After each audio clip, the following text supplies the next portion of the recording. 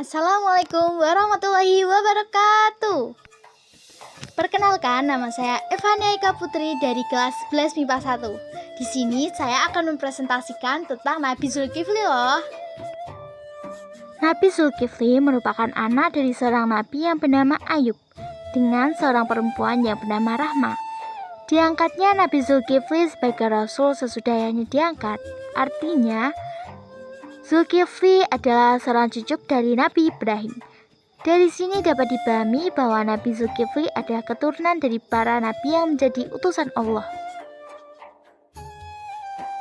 Di dalam kisah Nabi Zulkifli, ia diutus oleh Allah kepada suatu kaum bernama Amoria di daerah Damaskus. Kemudian, pada 1460-an sebelum Masehi, ia diangkat menjadi rasul.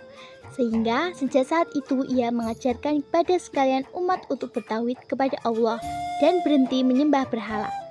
Ia juga mengajarkan kepada manusia untuk membayar zakat dan taat beribadah. Dikisahkan pada Nabi Zulkifli memiliki 2 orang anak loh. Pada suatu masa rumah Nabi Ayub pernah mengalami runtuh. Hal itu menewaskan semua anaknya. Akan tetapi ada satu anak yang bernama Basyar yang berhasil selamat. Basyar sendiri maknanya adalah orang yang memiliki kesabaran.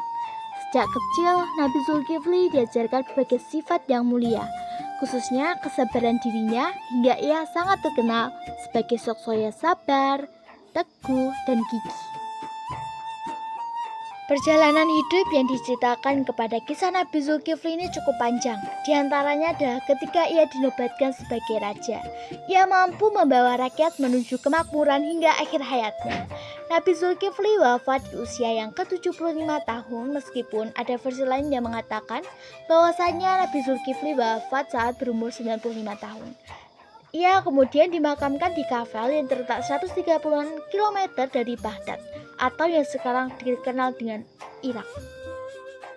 Meski demikian, ada yang berpendapat bahwa makam Nabi Zulkifli juga terdapat di Palestina dan juga Suriah.